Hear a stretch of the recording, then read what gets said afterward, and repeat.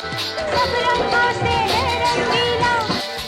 जैसा कि हमने आपको भी परिचय दिया कि उनके पुत्रवधू हमारे साथ हैं, तो आइए हम उनसे बात करते हैं। उनकी नज़र में बाबूजी आपकी नज़र में? मेरे वो ससुर तो थे पर मैं पिता स्वरूप ही थे उन्होंने। और ये कार्य एक बात आपको एक राज की बात बताऊँ, उन्होंने मुझे रास्ते में पसंद किया था। अच्छा। ये जब 1977 में हमारी मैरिज हुई, उसके 1 साल पहले की बात है। और उन्होंने मुझे अलीगढ़ में मेरा ननिहाल होता था, मैं यहाँ से जा रही थी, उसी बस में वो चढ़े थे। और मुझे नहीं पता उन्होंने, मैं उस टाइम बहुत छोटी थी, 18 साल की होंगी, कॉलेज में पढ़ रही थी। और उन्होंने पता नहीं मेरे में क्या देखा, उन्होंने मुझको देखते ही उनको लगा मैं जिस बहू की तलाश कर रहा था वो मुझे मिल गई। और उन्होंने मेरे से, चांस की बात है, बहुत मैं शॉर्ट में बता रही हूँ आपको, उन्होंने मेरे से बातों बातों में, मैंने उनके पास एक मैगज़ीन थी, मैं तो उनको पहचान ही नहीं थी क्योंकि मेरे पिताजी जयपुर के नामी शामी वकील रहे हैं, तो हमारा साहित्य की तरफ इतना ध्यान नहीं था। अच्छा, जयपुर की?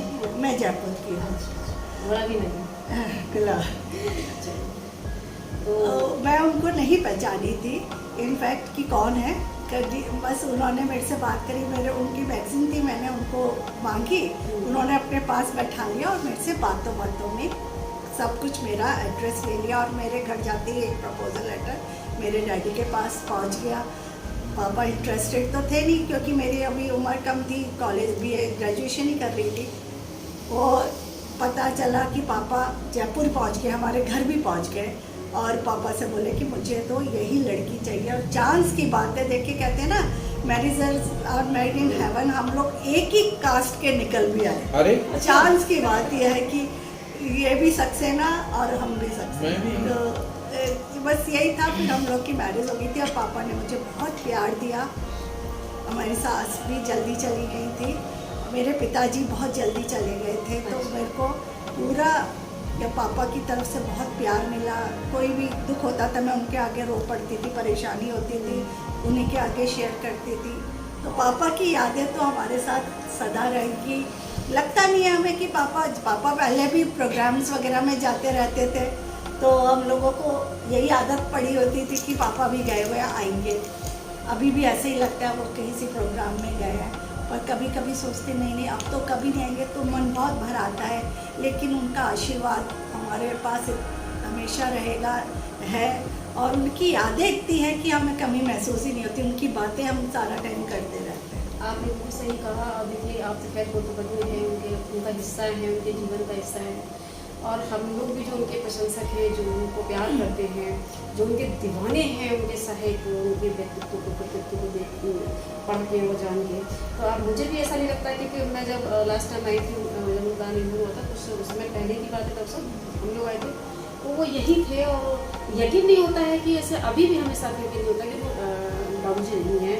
लेकिन जैसा कि आपने कहा कि कभी कभी ऐसा लगता है कि शायद हम इस सच को स्वीकार नहीं कर पाते हैं, आसानी से नहीं कर पाते हैं कि हमारा अपना प्रिय कोई चला गया है। लेकिन धीरे धीरे सब कुछ वक्त धैर्य दे देता है। फिर भी कितना भी धैर्य दे, लेकिन मेरे बाबूजी को चाहने वालों की कोई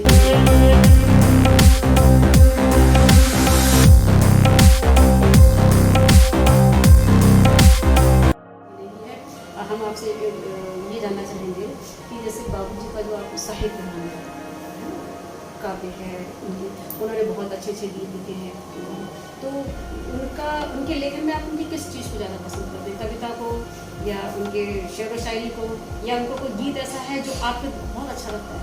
उनके गीत तो बहुत अच्छे थे, मतलब उनके पहले, अब उनको ध्यान से पढ़ते तो उनकी हर कविता में इतना मीनिंग होता है, उनकी हर दोहे में इतना वो होता है कि शायद हर जिस कवि में इतना शायद वो होना मुश्किल है।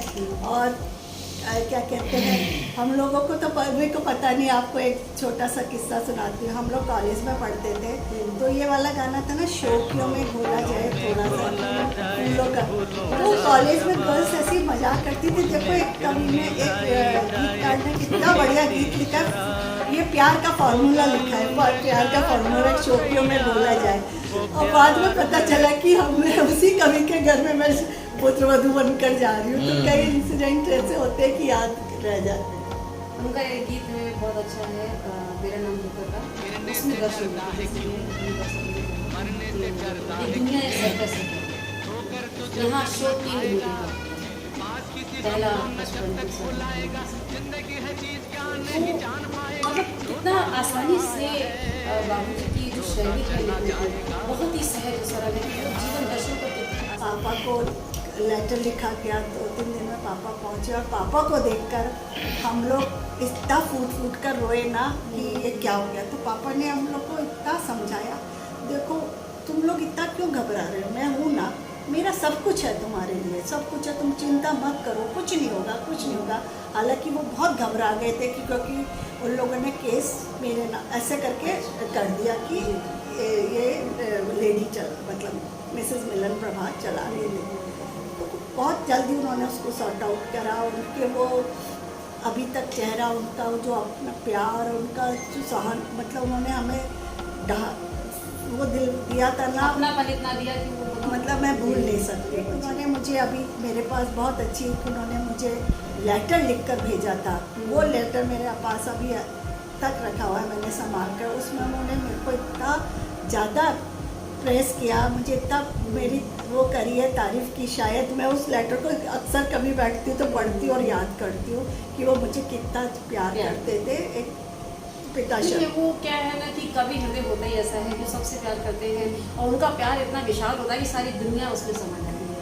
बहरहाल आपने हमसे बहुत बेशकीमती बाबूजी के बारे में अपनी यादें जो है साझा की और हमारे साथियों से आपने उनसे बताया बाबूजी के इस व्यक्तित्व से, जो कि बहुत कम लोग जानते हैं कि कितने वो मतलब एक कहते हैं एक तार को सभी जानते हैं, लेकिन एक ससुर वो एक पिता के रूप में बल्कि ज़्यादा आपकी ज़िंदगी में। हाँ, आपकी बातचीत से कम हाँ, हाँ, तो आपने हमसे बातें मुझसे शेयर की, साझा की, आपका बहुत बहुत चैनल की तरफ से शुक्रिया। आपका